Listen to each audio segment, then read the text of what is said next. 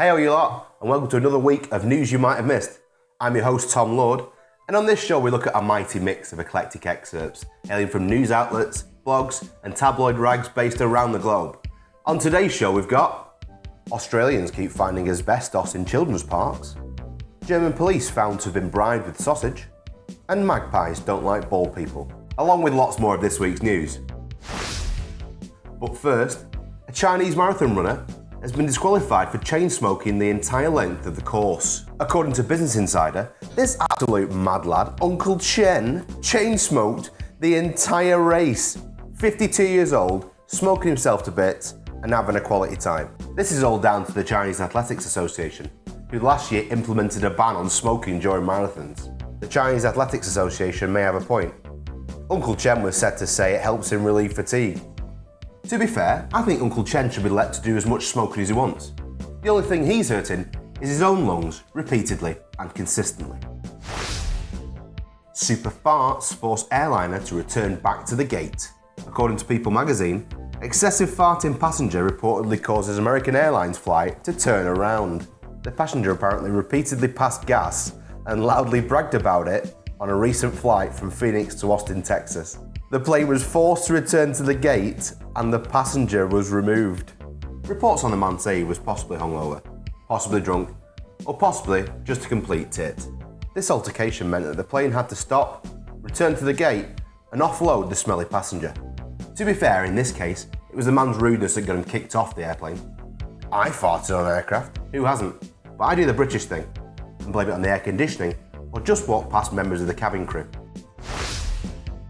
Air fresheners disrupting emergency services?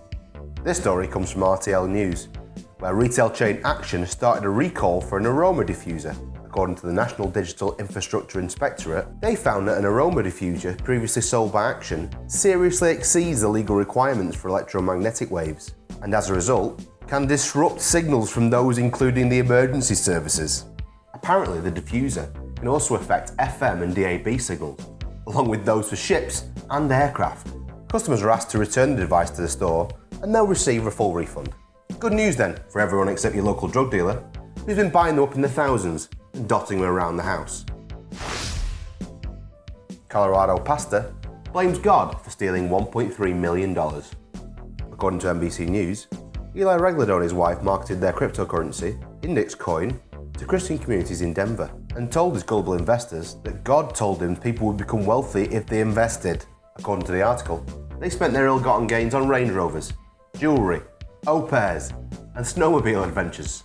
According to Colorado Securities Commissioner Tung Chan, we allege that Mr. Reglado took advantage of the trust and faith in his own Christian community, and then he peddled outlandish promises of wealth to them when he sold them essentially worthless cryptocurrencies. Index Coin is now shut down, but if you're still in the market for the authentic crypto experience, take all your money, set fire to it, tell all your friends how great it is, and then kill yourself when the credit card debt comes in. One energy drink a month makes you sleep like crap. A study involving 53,000 people in Norway found that those who consumed them every day slept about half an hour less than those drinking them occasionally or not at all. For women drinking energy drinks daily, 51% of them suffered insomnia, compared with 33% of women who only drank the drinks occasionally or never. Amongst men, 37% of daily drinkers suffered insomnia, compared with 22% of those who rarely or never had the drinks. According to a story by The Guardian, even people who drank 1 to 3 drinks a month had different sleep compared to those who never touched the drinks at all. At the end of the day, energy drinks are here to stay, and that's a great thing. I particularly love the racing heartbeat and the feeling of impending doom you get after 12 cans of Red Bull. A middle school in North Carolina is removing mirrors to stop TikToks. According to theexpress.com, kids in Southern Elements Middle School in Graham were going to the bathroom for long periods of time and making TikTok videos. School administrators have even said that the mirrorless bathrooms have already started to work.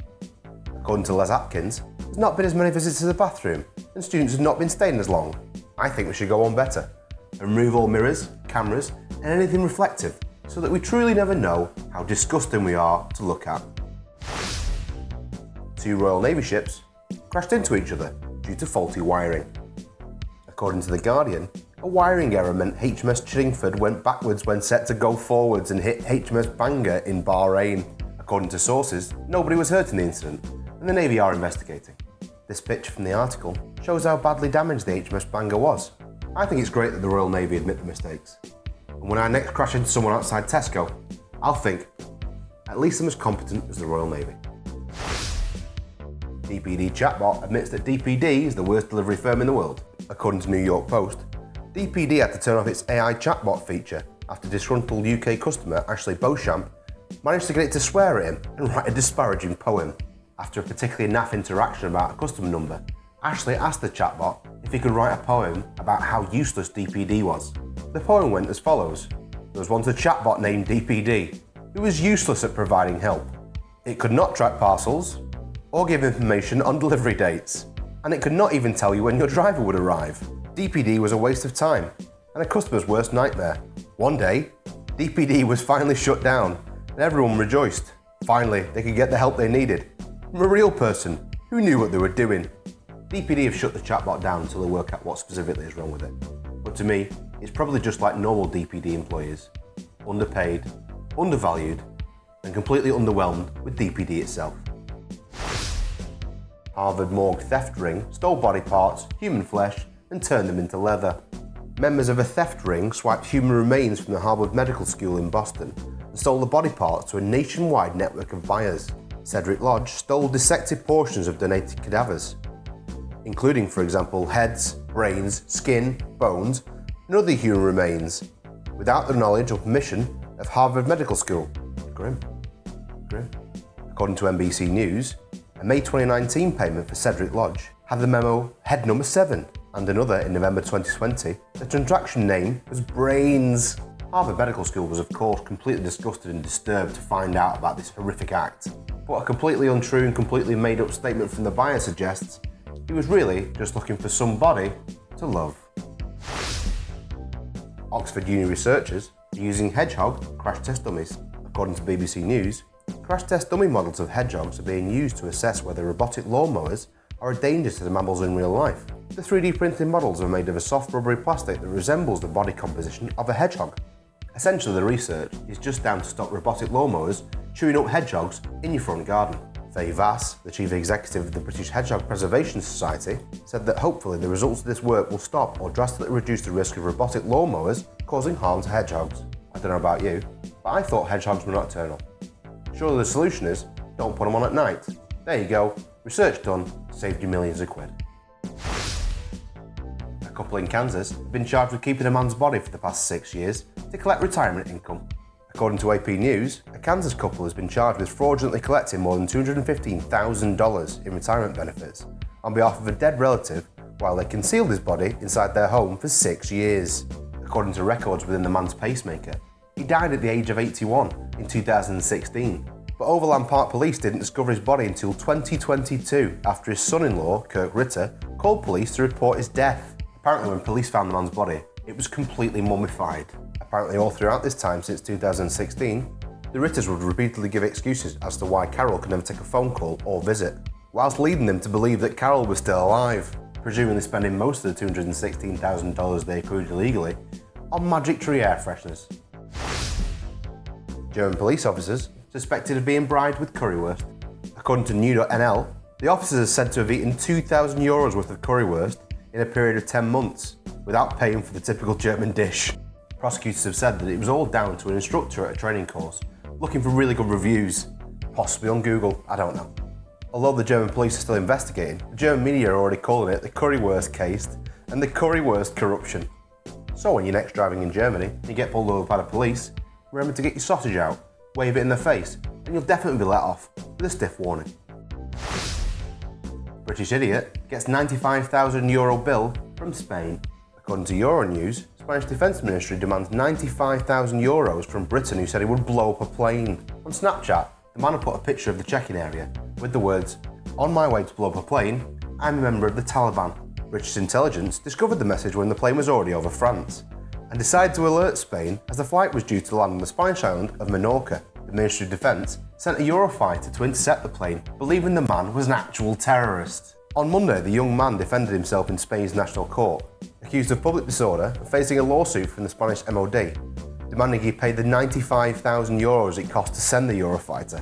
The man said it was a joke, and apparently it was down to his friends always saying that he had Pakistani features. The problem was that one of his friends was connected to the airport's public Wi-Fi, so the photo ended up with British intelligence. Another top tip there: if you're going to be a terrorist, don't use the airport Wi-Fi.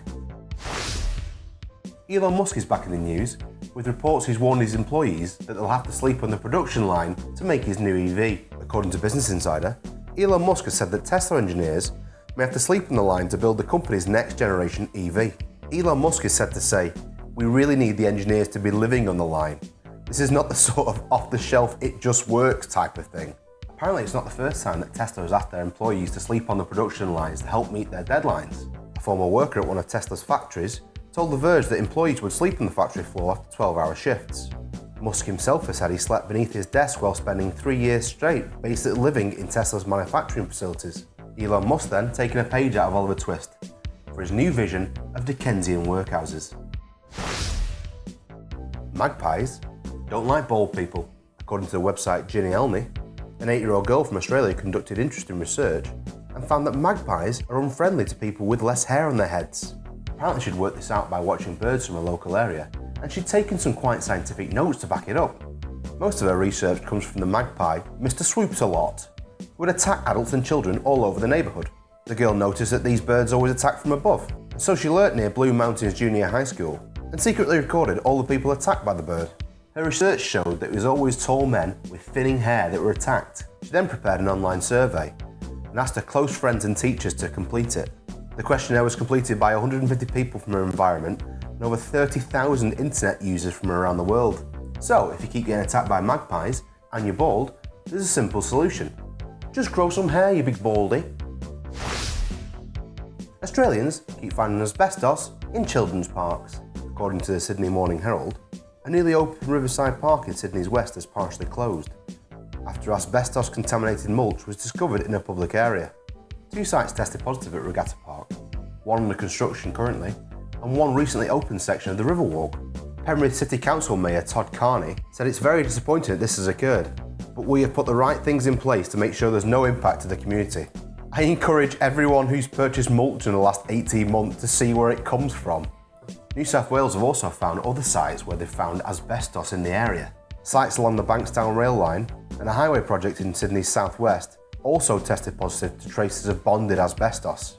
So if you like your metro with a touch of asbestos, it looks like New South Wales is the place to be. Thanks for watching, guys. Please like, subscribe and comment about any of the news stories we've had today. Also, if you've got any news that's interesting, please get in contact with us via the email in the description. See you next time for another jam-packed news you might have missed. I've been your host, Tom Lord. Stay gravy.